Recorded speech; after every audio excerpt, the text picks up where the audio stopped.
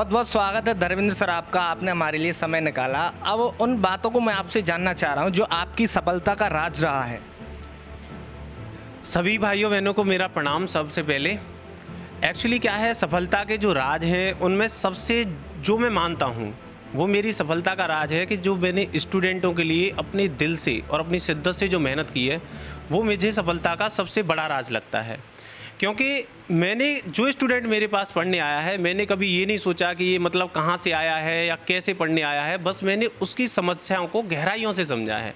मैं उससे बात करता हूँ, अगर वो मुझसे बात करने में झिझकता है तो मैं खुद उससे पहले से बात करके उसको कोशिश करता हूँ कि ये मुझसे कैसे भी अपनी परेशानी बताए, कैसे भी इसके अंदर जो बातें छुपी हैं वो मुझे पता चलें, जिससे मैं इसकी समस्याओं का जो है कोई भी समाधान निकाल सकूँ। तो बच्चों को जो भी समस्या रहती है, किसी भी तरह की कोई भी समस्या आती है, इकोनॉमिक इश्यू आते हैं या गांव में बहुत सारी समस्याएं बच्चों के सामने रहती हैं, फैमिलीज़ के इश्यू आते हैं, तो जो भी इश्यू आते हैं तो उनसे मैं खुल के बोल देता हूं कि बेटा देखो, मैं पढ़ा तो रहा हूं आपको, पूरी कोशिश कर रहा हूं कि जो भी एग्ज़ाम में आपके आएगा वही आएगा जो मैं पढ़ा रहा हूँ। मैं कोशिश कर रहा हूँ आपको बहुत अच्छे से अच्छा पढ़ाने की, लेकिन हमारे दैनिक जीवन में बहुत सारी ऐसी भी समस्याएँ होती हैं जिनके समाधान हम ढूंढते हैं और हमें नहीं मिल पाते। तो आप वो भी मुझसे डिस्कस करके उन समस्याओं के समाधान लीजिए और कोई भी टाइम वेस्ट उन चीज़ों पर मत करिए, क्योंकि बहुत सारी समस्या हमें बहुत बड़ी लगती हैं, लेकिन अगर किसी अनुभवी आदमी से अगर हम उनको डिस्कस करें तो वो बहुत छोटी लगने लगती हैं। तो मैंने हर समस्या को समझा है, हर समस्या को जाना है और अपने जो मैंने अपना एक्सपीरियंस था स्टूडेंट लाइफ का उसको भी मैंने कहीं हद तक बहुत इस्तेमाल किया है, जिससे मैं बच्चों की समस्याओं का समाधान बहुत अच्छे से और इजीली कर सकूं और किसी भी स्टूडेंट को कोई भी समस्या नहीं होने दी है, जहाँ तक मुझे लगता है। जैसे कि आपके सफ़र के बारे में बात की जाए तो आपका सफ़र भी काफ़ी अच्छा रहा है। लगभग 7 बार आपने सिलेक्शन अचीव किया है और वो हर कोई बच्चा जानता है जो आगरा डिस्ट्रिक्ट में किसी भी कोचिंग में पढ़ रहा हो, लेकिन आपके बारे में ज़रूर जानता होगा। अगर खुल के बात करेंगे तो वीडियो काफ़ी बड़ी हो जाएगी, लेकिन जो मेन बात है बच्चों के मतलब की बात है, हम उस पर फोकस रखते हैं। जैसे कि हमने नोटिस किया है आपकी कोचिंग का एचडी कैंपस का कोई भी नया बैच स्टार्ट होता है तो उस दौरान काफ़ी ज़्यादा रोड पर भीड़ देखने के लिए मिलती है, और जो आपकी लिमिटेड सीट हैं वो सीट, जैसे कि आपने आज किसी भी बैच का अनाउंसमेंट किया तो सिर्फ 2 या लास्ट 3 दिन में आपकी सीट फुल हो जाती हैं, उसके बाद ही बच्चे आना स्टार्ट हो जाते हैं। जाहिर सी बात है कि कोचिंग में किसी के लिए भी दरवाजे बंद नहीं है, लेकिन फिर भी बच्चे आते हैं। 600 या 700 से एक आपके हॉल में सीट रहती हैं बच्चों के लिए, लेकिन फिर भी उसमें 1000 से भी ज़्यादा बच्चे आते हैं। आखिरकार क्या उसके पीछे राज है? इतने बच्चे, इतनी भीड़ आपकी कोचिंग में क्यों रहती है? देखिए, भीड़ तो इस वजह से कोचिंग में रहती है कि जैसे हम जो बच्चों को पढ़ाते हैं वो पॉइंट टू पॉइंट बिल्कुल एग्ज़ाम को फोकस करके मैं पढ़ाता हूँ। जैसे मैंने पहले बहुत सारे एग्ज़ाम दिए हैं, मैं खुद कंपटीशन के क्षेत्र में रहा हूँ, तो मुझे पता है कि ये एग्ज़ाम क्या पूछने वाला है बच्चे से।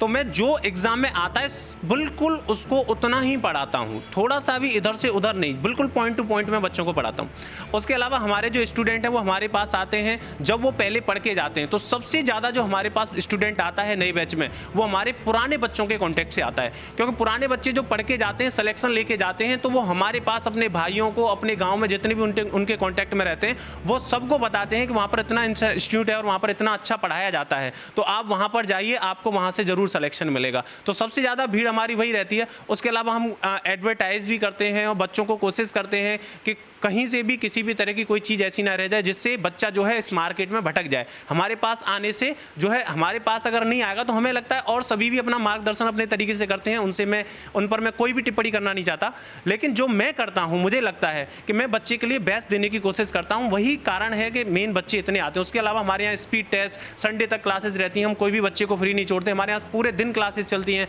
बच्चा पढ़ते पढ़ते थक जाता है, हम उसको इतना पढ़ाते हैं, तो हम पढ़ाई में भी कोई कमी नहीं छोड़ते उनके पास। उसके अलावा उनकी समस्याओं को समाधान में भी कोई कमी नहीं छोड़ते हैं। बाकी कुछ हमारे ऐसे स्टूडेंट भी हमारे पास पढ़ने आते हैं जो इकोनॉमिक इश्यूज़ हैं उनके, तो अदर कोचिंगों में नहीं जा पाते हैं, उनको अदर कोचिंग वाले कोई भी सहूलियत नहीं देते हैं या उनकी समस्याओं को नहीं सुनते हैं, तो हम उनकी समस्याओं को सुनते हैं। तो हमारे पास 30% बच्चा अप्रोक्स ऐसा भी रहता है कि जिसके पास इकोनॉमिक इश्यूज़ या फैमिली प्रॉब्लम्स होने की वजह से वो नहीं पढ़ पाता है, लेकिन हमारे यहाँ के उसे लगता है कि हाँ, यहाँ से मैं सिलेक्शन ले लूँगा और यहाँ पर मेरी पढ़ाई जो है वो सुचारू रूप से चल पाएगी। तो इस तरह का बच्चा भी रहता है। तो ऐसे करके वो इतनी भीड़ हो जाती है कि बच्चे हम पूरी सीटिंग प्लान के हिसाब से जो बनाते हैं उससे एक्स्ट्रा बच्चे हमारे बैचों में आ जाते हैं। जैसे कि आफ्टर 12, जैसे कि 12वीं पास बच्चा कर लेता है, लेकिन उसके बाद उसे समझ नहीं आता कि उसे किस गवर्नमेंट जॉब की तैयारी करनी है जिससे कि उसे बहुत ही कम समय में वो अपने सपने को साकार कर सके। भटकता है। काफ़ी ज़्यादा कोचिंग्स हैं, अलग अलग कोचिंग संस्थान हैं, वो कुछ ऐसे भी हैं कि एक बार अगर बच्चा उनके पास पहुंच जाता है तो उनका सिर्फ यही मोटिव रहता है कि बच्चे से हमने फ़ीस ले ली, उसके बाद बच्चा पढ़ रहा है या नहीं पढ़ रहा है, रिजल्ट आ रहा है नहीं आ रहा है। काफ़ी ज़्यादा प्रॉब्लम बच्चों के साथ होती हैं, क्योंकि उस समय बच्चे का दिमाग इतना विकसित नहीं हो पाता है, वो समझ नहीं पाता है। तो जो बच्चे 12th पास कर चुके हैं या करने के बाद कोचिंग के लिए आते हैं, तो उनके लिए क्या कहना चाहोगे? जो 12th पास करके जो बच्चे हमारे इंस्टीट्यूट में आगे यहाँ पर आते हैं, आगरा में आते हैं और वो कोचिंग करना चाहते हैं, तो वो बच्चे कहीं भी ना भटकें, वो सीधे हमारे पास आएँ, उनको हम अच्छा मार्गदर्शन और अच्छी सफलता। सबसे पहले जो इंटर करके बच्चा आता है, फर्स्ट ऑफ ऑल अगर उसका अच्छा है और वो पढ़ने में अच्छा है, ब्राइट स्टूडेंट है, तो उसको ज़्यादा टाइम नहीं लगेगा। मात्र 6 महीने की कोचिंग में वो इंडियन एयरफोर्स, नेवी में और इतने सारे हमका MTS वगैरह, इसमें इतने अच्छे चांस उनके लिए होते हैं कि वो बहुत अच्छे से और बहुत जल्दी सेलेक्ट होते हैं। तो जो इंटर करके बच्चे आते हैं, उनको जल्दी सिलेक्शन लेना है, तो उनको एयरफोर्स की और नेवी की तैयारी करनी चाहिए मेरे हिसाब से, क्योंकि वो उनके लिए बेस्ट है, क्योंकि उसका सिलेबस जो है ज़्यादा ब्रॉड नहीं है। जो हम इंटर से चीज़ें पढ़ के आते हैं वही आती हैं, और उसके अलावा थोड़ी बहुत एक्स्ट्रा आती हैं, तो वो 6 महीने में हमारी पूरी ओवरऑल कवर हो जाती हैं। जैसे कि आपके यहाँ से कोई भी बच्चा किसी भी बैच की तैयारी कर रहा है, किसी भी गवर्नमेंट जॉब की कर रहा है, और वो जाहिर सी बात है कि आपके यहाँ जो भी बैचेज चलते हैं उस बैच को अच्छे से पढ़ के और वो अपने टारगेट को अचीव कर लेता है। तो आप पढ़ाई के साथ साथ, जैसे कि कोचिंग में आपकी 3 या 4 घंटे का बैच रहता है, उसके साथ साथ क्या कुछ एक्स्ट्रा भी कराते हो जिससे बच्चे को सिलेक्शन लेने में मदद मिलती है? हाँ, जैसे हमारा जो है 2 घंटे का बैच रहता है मैथ स्पेशल का, उसके अलावा हमारी जो क्लासेस रहती हैं, तो जैसे बच्चे का पेपर आना वाला है तो उसके 1 महीने से पहले हम उसको स्पीड टेस्ट कराना शुरू कर देते हैं। जो उसके एग्जाम में सेम चीज़ें आती हैं उनकी उसको प्रैक्टिस कराना शुरू कर देते हैं, जिससे क्या है कि उसकी स्पीड बन जाती है, वो अपने एग्जाम को समझने लग जाता है, वो अपनी बाधाओं को समझने लग जाता है कि मेरे सामने क्या क्या समस्याएं आने वाली हैं अगर मैं पेपर में बैठूंगा तो वो जब वो सारी चीज़ों को समझ जाता है, उसके अलावा उसकी स्पीड बन जाती है, तो वो जल्दी कम समय में पेपर को कर देता है, तो वो अच्छे से बढ़िया तरह से सिलेक्शन हो जाता है। तो 1 महीने पहले से हम अपनी स्ट्रेटेजी बनाना शुरू कर देते हैं और उन बच्चों को बैचों में से निकाल के अलग से उनके लिए एक बैच इवनिंग शिफ्ट में बना देते हैं और उनको हम अलग से पढ़ाते हैं। अच्छा, जैसे कि आपने अपने बैचेज के दौरान, जैसे कि आप स्पीड टेस्ट कराते हो, उसके दौरान आपने एक चीज़ नोटिस की होगी कि आपके स्पीड टेस्ट में बच्चा अच्छा स्कोर कर रहा है, लेकिन जब वो किसी भी एग्ज़ाम में बैठता है तो वो वहाँ पर थोड़ी डिफीट उससे आती है और 1 या 2 नंबर से वो बच्चा रह जाता है। फिर उसके बाद आप उसका रिजल्ट देखते हैं तो आपको बड़ा ही दुख होता होगा कि आप देखते हो कि कोचिंग में स्पीड टेस्ट के दौरान उसका स्कोर काफ़ी अच्छा रहता है, लेकिन वहाँ एग्ज़ाम में वो बच्चा गलती कर देता है। तो बच्चा ऐसे क्यों करते हैं, क्या दिक्कत आती है उन्हें एग्ज़ाम के दौरान? एक्चुअली अगर कोई स्टूडेंट बहुत ब्राइट है और वो जो है स्कोर बहुत अच्छा कर रहा है एसटी में, और लेकिन एग्जाम में 1-2 नंबर से रह जाता है, उसके कम मार्क्स हैं, तो उसके कई कारण होते हैं। मुझे लगता है सबसे मेन कारण होता है एग्जाम का प्रेशर, एग्जाम का डर जो स्टूडेंट के अंदर भरा रहता है। तो वो यहाँ पर बिल्कुल मतलब टेंशन फ्री और बिल्कुल उसमें कोई भी डर नहीं है, बिल्कुल आराम से बैठा है, लेकिन वो एग्जाम में जाके प्रेशराइज हो जाता है, एग्जाम के प्रेशर में आ जाता है। इस वजह से जो चीज़ें उसको आती हैं उसमें उनको भी भूल जाता है, क्योंकि वो उसकी बॉडी तो प्रेजेंट रहती है लेकिन उसका माइंड एब्सेंट हो जाता है उस डर की वजह से। तो मैं कहता हूं कि किसी भी स्टूडेंट को जब वो एग्जाम देने जाए तो उसको बस डरना नहीं चाहिए, और उसके लिए बेस्ट वे है कि वो फोकस करे, अपनी जो पेन लेके जाता है साथ में, हर एक के पास पेन होता है, पेन की निप पे फोकस करे और कोई भी बात साइड की नहीं उसको अपने माइंड में लेके आनी कि मेरा फेल हो जाऊंगा तो क्या होगा, ये हमें पहले नहीं सोचना। पेपर देने से पहले हमें कभी ये नहीं सोचना कि मैं फेल हो जाऊंगा तो क्या होगा, क्योंकि सबसे ज्यादा स्टूडेंट को इसी बात का डर रहता है कि मैं फेल हो जाऊंगा तो मैं घर कैसे जाऊंगा, मुंह कैसे दिखाऊंगा, ये कैसे करूंगा। तो मैं हर स्टूडेंट से ये कहना चाहता हूँ, इस माध्यम मुझे बहुत अच्छा मिला, इससे मैं ये कह पा रहा हूं, तो मैं कहना चाहता हूं कि उसे ये चीजें सोचनी नहीं चाहिए पेपर से पहले। पेपर देने के बाद आप सोच सकते हो क्योंकि आपके पास कोई भी लिमिटेशंस नहीं है, बट पेपर में आपके पास टाइम लिमिट है, तो उसमें आपको ये चीजें नहीं सोचनी चाहिए, अपना 100% देने का प्रयास करना चाहिए। तो उसके लिए मैं बच्चों को जैसे वो पेपर देने जाते हैं उससे 1 दिन पहले या 2 दिन पहले मैं अपने पास बुलाता हूं और उनको इस चीज से अवगत कराता हूं कि ऐसा हो जाता है, शायद अगर आपके साथ भी होता हो तो आप इसको ऐसे कंट्रोल करें, उनको ये तरीका भी बताते हैं। जैसे कि आप मैथ के जादूगर हैं, इसमें कोई शक नहीं है, और मैथ पे आपकी काफ़ी अच्छी कमांड है, ऐसा कोई भी सवाल नहीं है कि आपसे नहीं होता हो। लेकिन आपने कई सारे एग्ज़ाम पास किए हुए हैं, फाइनल सिलेक्शन भी ले रखा है, अभी भी आपकी तैयारी बरकरार है। हर एक एग्ज़ाम में मैथ के अलावा और भी सब्जेक्ट आते हैं, तो आप उन्हें कैसे कवर करते हैं ये आपका खुद का अनुभव है, लेकिन आप उन बच्चों से क्या कहना चाहोगे? जैसे कि 4 सब्जेक्ट किसी भी एग्जाम में आते हैं और एक बच्चा पार्टिकुलर एक सब्जेक्ट में काफ़ी टॉप है, अच्छा स्कोर करता है, बाकी 3 जो सब्जेक्ट हैं वो बच्चा कैसे एग्जाम को उठाए, कौन सी सब्जेक्ट को पहले करे, किसको बाद में करे, किस में ज़्यादा समय दे, किस में समय बर्बाद ना करे, तो इस बारे में क्या कहना है आपका?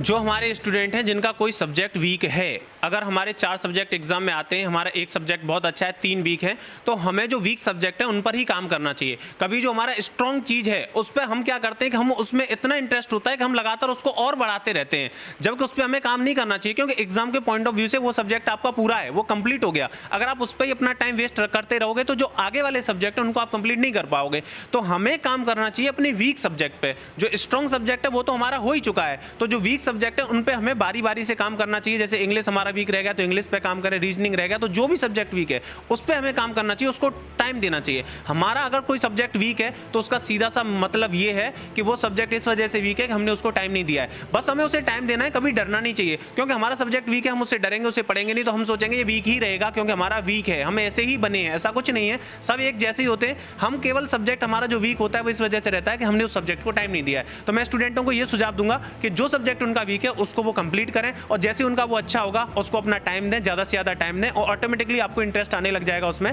और जैसे ही आपका वो सब्जेक्ट कंप्लीट होगा आप सिलेक्शन की लिस्ट में होंगे श्योर।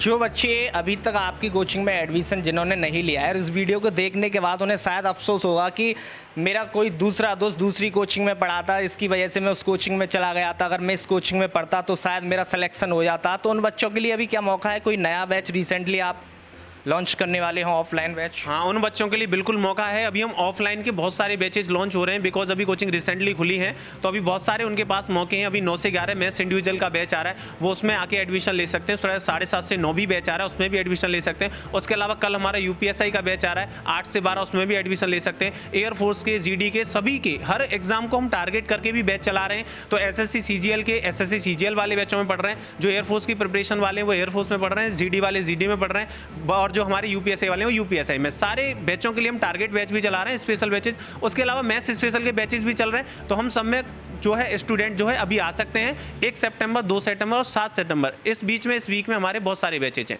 तो जो भी बच्चे हैं वो ऑफिस में आके इंक्वायरी लेके हमसे संपर्क कर सकते हैं। अब हम इस कोचिंग के जो डायरेक्टर हैं, जिनकी देख रेख में फैकल्टी को कहाँ से चुनना है, कहाँ से सेलेक्ट करना है, बच्चों के बारे में खासकर ध्यान रखते हुए सारी व्यवस्थाएं कैसे हमें अच्छे से करनी है और ओवरऑल हमें बच्चों को सिलेक्शन कैसे दिलाना है, वो सारी बातें हमारे सतवीर भाई संभालते हैं। अब हम इनसे बात करेंगे कि सतवीर भाई हमें ये बताइए कि जो बच्चे अदर कोचिंग्स में पढ़ने जाते हैं वहाँ पर उन्हें रिजल्ट नहीं मिल पाता है, फिर वो बच्चे वापस HD कैंपस में आते हैं, उन्हें दिखता है कि इस कोचिंग में रिजल्ट मिल रहा है, उनके लिए क्या आप कुछ डिस्काउंट देते हो? क्योंकि काफ़ी पुराने बच्चे होते हैं, आपको भी पता है गांव देहात के बच्चे हैं, फाइनेंशियल कंडीशन स्ट्रॉन्ग नहीं रह पाती है, उनके घर परिवार वाले, कुछ बच्चे ऐसे भी होते हैं कि वो आगरा रहकर रूम लेते हैं रेंट पर, वो रहकर उसके दौरान कोचिंग करते हैं। तो उनके लिए कुछ अलग से प्रावधान रहता है, या फ्रेशर बच्चा हो या ऑलरेडी किसी दूसरी कोचिंग में पढ़ के आया हो, वो बच्चा हो, सब आपकी कोचिंग में एक समान रहते हैं? सभी दर्शकों को मेरा नमस्कार।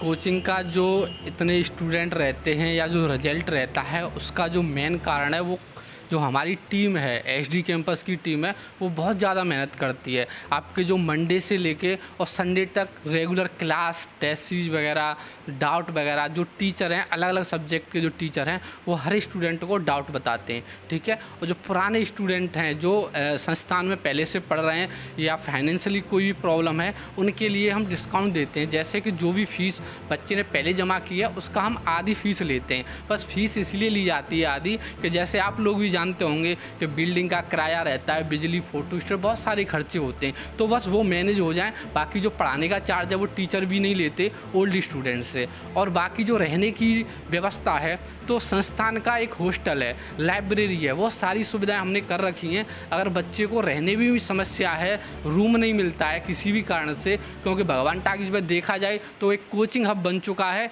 जहाँ रूम की प्रॉब्लम आती है, इसलिए हमने संस्थान का एक हॉस्टल खोल रखा है जिसमें बच्चा आके आसानी से रह सकता है, वो भी कम फीस में। वहाँ पे आपको खाना, रहना, लाइब्रेरी, सारी सुविधाएं सस्ती में अच्छी फैसिलिटी के साथ मिलती हैं। जैसे कि कुछ बच्चों का ये मानना है कोविड काल में लगभग 18 से 20 महीने ऐसे ही निकल गए, ना तो कोई गवर्नमेंट न्यू वैकेंसी गवर्नमेंट ने निकाली, ना ही कोई ऐसी गवर्नमेंट भर्ती जो कंप्लीट हुई हो। काफ़ी ज़्यादा मतलब 20 महीने पीछे चला गया हमारा देश, खासकर शिक्षा जगत को काफ़ी ज़्यादा नुकसान इसका हुआ है। और जो बच्चे लगभग रेगुलर तैयारी कर रहे हैं उनके लिए भी ये एक ख़राब दौर रहा है, क्योंकि कंटिन्यूस किसी भी एग्ज़ाम की हम तैयारी करते हैं तो मन ज़्यादा लगता है, लेकिन थोड़ा गैप हो जाता है तो मन भी भटक जाता है। अब आपके नए बैचेस आने वाले हैं, प्रेजेंट में आपका नया बैच कौन सा आ रहा है? प्रेजेंट में जो नया बैच है, कल एक यूपीएसआई, जैसे कि अभी एग्ज़ाम आ रहा है यूपीएसआई दरोगा भर्ती के लिए, तो उसका प्रेजेंट में बैच कल से ही आ रहा है। यानी कल आपका जो तारीख है 1 सितंबर, तो कल से आ रहा है मॉर्निंग में सुबह 8 बजे से 12 बजे तक। जैसा कि धर्मेंद्र सर साथ में हैं, उनका मैथ्स स्पेशल का बैच आ रहा है कल 9 बजे से 11 बजे तक। तो बच्चे और ज़्यादा जानकारी के लिए ऑफिस पे आके इंक्वायरी कर सकते हैं। बाकी एसएससी जीडी जो 25,271 वैकेंसी आई हैं, उसके लिए भी आपका बैच अभी नया आया है 10 बजे से 2 बजे तक। एयरफोर्स का एग्ज़ाम आने वाला है, उसके लिए बैच चल रहा है सुबह 9 बजे से 1 बजे तक। तो जो भी वर्तमान में एग्ज़ाम आने वाले हैं, हर एग्ज़ाम के लिए स्पेशली बैच हैं। एसडी कैंपस संस्थान की एक यही खास बात है कि हर एग्ज़ाम के लिए अलग बैच लाते हैं, क्योंकि जिस तरह का बच्चा होता है उसी तरीके से उसको डील किया जाता है। इसी कारण से ज़्यादा सिलेक्शन होते हैं। तो ऐसा नहीं होता संस्थान में कि एक ही बैच में सारे स्टूडेंट बैठा दिए। तो हर जो भी एग्ज़ाम होता है, हर एग्ज़ाम के लिए अलग बैच है हमारे यहाँ पे। और जो ज़्यादा जानकारी चाहिए ऑफिस पे आके इंक्वायरी कर सकते हैं। तो कल जो बैच आ रहा है आपका 9 से 11 मैथ्स स्पेशल का बैच है, धर्मेंद्र सर का बैच है।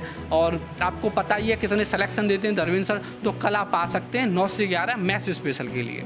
अच्छा, कुछ बच्चों को ये डर है कोविड काल की वजह से कि जैसे न्यू बैच अब स्टार्ट होने वाले हैं, काफ़ी कोचिंग्स में आपने बताया कल से 1 सितंबर से न्यू बैच स्टार्ट हो रहा है। जिसे भी दरोगा बनना है तो इनका बैच ज्वाइन कीजिए। मैं साथ ही एक बात और पूछना चाहूँगा, जैसे कि कोविड काल में अभी 3rd वेव आने के भी चांसेस हैं और लगातार सरकार भी वार्निंग दे रही है। अब आपके न्यू बैचेस चल रहे हैं, बच्चे आपको पूरी फीस पे कर देते हैं, उसके बाद 1 या 2 महीने बाद कोविड काल की वजह से कोचिंग संस्थान बंद कर दिए जाएं, उसके बाद फिर उन बच्चों के साथ क्या होगा? क्या फ़ीस वापसी होगी या आगे क्या रहेगा? देखो, अगर ऐसा होता है, वैसे तो वैक्सीनेशन हो चुका है, कम ही चांस है, लेकिन फिर भी ऐसा होता है तो जो संस्थान है जो बच्चों से फीस लेता है वो सिलेबस कंप्लीट के लिए लेता है कि हम आपका पूरा सिलेबस कंप्लीट कराएंगे। अगर किसी कारणवश कोचिंग बीच में बंद हो जाती है तो बच्चा फिर से लौट के आता है, तो उससे कोई भी एक्स्ट्रा चार्ज नहीं लिया जाता, उसका उसी फीस में पूरा सिलेबस कंप्लीट कराया जाता है। एक बार किसी भी कोर्स की बच्चे आपको फ़ीस पे करता है, जैसे कि आपकी एवरेज हमने कंफर्म किया है कि 5 या लास्ट 6,000 आपकी प्रत्येक सिलेबस की फ़ीस रहती है, उसके बाद बच्चा फिर दोबारा से रीजॉइनिंग करना चाहता है तो उसके लिए क्या विशेष इंतजाम है? उसके लिए रीजॉइनिंग लेता है तो आधी फीस लेते हैं, और बाकी अगर ज़्यादा प्रॉब्लम है स्टूडेंट की तो उसमें भी डिस्काउंट कर देते हैं। दूसरी फीस लेने का एक ही कारण है, जैसा कि मैंने अभी आपको बताया है कि जो खर्चे होते हैं कोचिंग के, बस उतना चार्ज दे दे, बाकी टीचरों को पढ़ाने का कोई पैसा नहीं चाहिए। जैसे कुछ पेरेंट्स ऐसे होते हैं और आपके कोचिंग काल के दौरान जब से आपने कोचिंग ओपन की है और तब से लेकर अब तक काफ़ी ऐसे पेरेंट्स आए होंगे कि जैसे ही बच्चा 12वीं पास करता है तो वो सीधे उस बच्चे को आपके पास लेकर आते हैं और आपसे कहते हैं कि भैया आप कितना भी पैसा ले लो और हमें एक फिक्स समय बता दीजिए कि हमारा बच्चा इतने समय में अपने सपने को साकार कर सकता है। तो ऐसे पेरेंट्स को, ऐसे बच्चों को आप कैसे डील करते हैं? उनके लिए क्या विशेष इंतजाम रहते हैं? देखो, एक ही बात है, इसके लिए ऐसा नहीं हो सकता कोई भी आया कि हमारे यहाँ कितना भी पैसा ले लो हमारा बच्चा सेलेक्ट हो जाए। इसके लिए जो मेन भूमिका रहती है वो स्टूडेंट की रहती है कि स्टूडेंट अपना कैसा प्रयास कर रहा है, कितना टाइम संस्थान को दे रहा है, घर पर जाके कितनी सेल्फ स्टडी कर रहा है। तो हम उनसे यही कहते हैं कि हम अपना जो भी है, हमारी जो टीम है वो अपनी पूरी मेहनत करेगी बच्चे के साथ में, लेकिन सिलेक्शन के लिए स्टूडेंट को ही पढ़ना पड़ेगा, सेल्फ स्टडी ज़्यादा करनी पड़ेगी, तभी सिलेक्शन हो सकता है। पैसे से सिलेक्शन नहीं हो सकता, पढ़ने से ही सिलेक्शन होगा। अच्छा, न्यू बैच जब आपका स्टार्ट होता है तो कितनी दिन की डेमो क्लासेस दी जाती हैं? देखो, जो डेमो रहता है खासकर संस्थानों में 2 या 3 दिन का रहता है, लेकिन हम बच्चों से ये कहते हैं आप 2 दिन से 10 दिन 15 दिन आराम से पढ़ें। जब आप पूरे संतुष्ट हो जाएं, लगे कि औरों से यहाँ पे कुछ अलग मिल रहा है और हम यहाँ पढ़ के सिलेक्शन ले सकते हैं, तभी फीस जमा करें, उससे पहले कोई फीस जमा ना करें। तो अभी सतवीर सर ने बताया, जो कि एचडी कैंपस के डायरेक्टर हैं, इन्हीं की देखरेख में एचडी कैंपस लगातार ताजनगरी आगरा में पिछले 5 साल से चल रही है। 2015 से लेकर 2021 तक, थोड़ा बीच में कोविड काल की वजह से पूरे आगरा समेत पूरे भारत में कोचिंग संस्थान बंद हो गए थे, लेकिन इनका जो रिजल्ट इनकी कोचिंग के द्वारा दिए जा रहे हैं वो अपने आप में एक अलग ही मुकाम हासिल कर रही है इनकी एचडी कैंपस कोचिंग।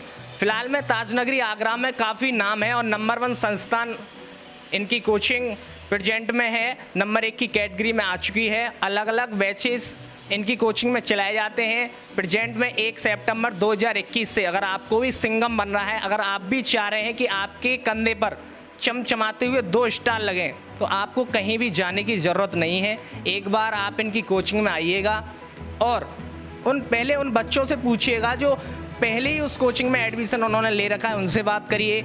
उन बच्चों को बात करने के बाद फिर उन बच्चों की बात को भूल जाइए, फिर आप स्वयं पढ़ के देखिए।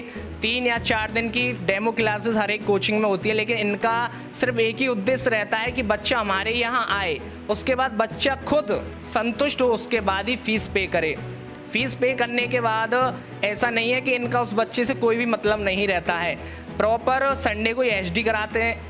HD में ये देखते हैं कि कोई भी बच्चा अगर वीक है तो उसके लिए ये एक्स्ट्रा क्लासेस भी चलवाते हैं। यानी कि इनका पूरा उद्देश्य ये रहता है कि हर एक बच्चे से 600 या 700 से अधिक इनके बैच में बच्चे पढ़ते हैं, तो सभी उस 700 में बच्चे से भी इनका यही अपेक्षा रहती है कि उस बच्चे का सिलेक्शन हो। शुरू से ही इनका मोटिव रहा है। जब इन्होंने कोचिंग स्टार्ट की, जब से लेकर अब तक लगातार रिजल्ट आ रहे हैं। और आपको पता है कि रिजल्ट आना कोई बच्चों का खेल नहीं है। भारत में इतनी अधिक बेरोजगारी है, गवर्नमेंट जॉब के चांसेस अब धीरे धीरे कम होते जा रहे हैं। तो मैं आपसे फिर कहना चाहूँगा कि कहीं भी आप बिल्कुल भी अपने आप को मत भटकाइएगा। एक अच्छे प्रॉपर संस्थान HD कैंपस पर आइएगा और इनके मार्गदर्शन पर धर्मेंद्र सर खुद 7 बार सेलेक्ट हो चुके हैं। और बाकी जो अदर बैच चलते हैं, खुद तो मैथ का जिम्मा संभालते ही हैं, अदर रीजनिंग, इंग्लिश, हिंदी, बाकी जो अदर सब्जेक्ट होते हैं, तो अपनी बराबरी की फैकल्टी को ही अपनी कोचिंग में लाते हैं। ऐसा नहीं है कि अपने से थोड़ा लो क्लास का कोई भी टीचर लेके आते हैं और उस पर आपकी क्लासेस चलवाते हैं, ऐसा नहीं है। इनके जैसे ही बाकी अदर टीचर भी इनके जैसे ही हैं। कभी मौका मिला तो उन फैकल्टी से भी हम आपकी बात कराएंगे। फिलहाल आपसे बस मैं यही कहना चाहूँगा कि आप जल्दी से जल्दी HD कैंपस को ज्वाइन कीजिएगा और अपने सरकारी नौकरी पाने का सपना जो आपका और आपके परिवार का है, उसे साकार करने में HD कैंपस ही आपकी मदद करेगा। अगर आपको यह वीडियो अच्छी लगी है तो इस वीडियो को हर एक बच्चे तक उस तक पहुँचाइए जो HD कैंपस के बारे में नहीं जानता है, क्योंकि आपके एक शेयर करने से उस बच्चे का भला हो जाए। फ्यूचर में वो HD कैंपस के मार्गदर्शन यानी कि HD कैंपस में पढ़ के अगर अपने सपने को साकार कर लेगा तो वो बच्चा भी आपको दुआ देगा। और फीस की बात यह है कि इनके ऑफिस में आकर आप सारी डिटेल लीजिएगा। ऐसा नहीं है, उन बच्चों के लिए भी इनके यहाँ विशेष इंतजाम है जो बच्चे पढ़ने में काफ़ी अच्छे हैं लेकिन वो काफ़ी पुअर फैमिली से हैं, वो इनकी फ़ीस पे करने में असमर्थ हैं और उनका एक जुनून है कि उन्हें एक अच्छी तैयारी करके सरकारी नौकरी अचीव करनी है। तो उनके लिए भी इनके पास काफ़ी ज़्यादा ऑफ़र हैं, काफ़ी मदद करते हैं, हर चीज़ में मदद करते हैं। क्योंकि धर्मेंद्र सर इस कंडीशन से गुजरे हुए हैं, क्योंकि लगातार 8 या 10 साल से ये आगरा में रह रहे हैं, तो हर एक बच्चे से ये परिचित हैं कि किस कैटेगरी का बच्चा भगवान टॉकीज जो कि कोचिंग्स का हब है यहाँ आता है, तो हर चीज़ से मदद करते हैं। और उनका जो सिर्फ जो उद्देश्य है वो बच्चे का सिलेक्शन करवाना है। तो फिलहाल इस वीडियो में कैमरामैन पुष्पेंद्र चौधरी के साथ मैं ज्ञान चौधरी, इंडिया न्यूज़ 24। अगर आपको ये खबर अच्छी लगी है तो इसे लाइक कर शेयर जरूर करें और अभी तक आपने इस चैनल को सब्सक्राइब नहीं किया है तो चैनल को सब्सक्राइब कर बेल आइकन जरूर से दबाएं।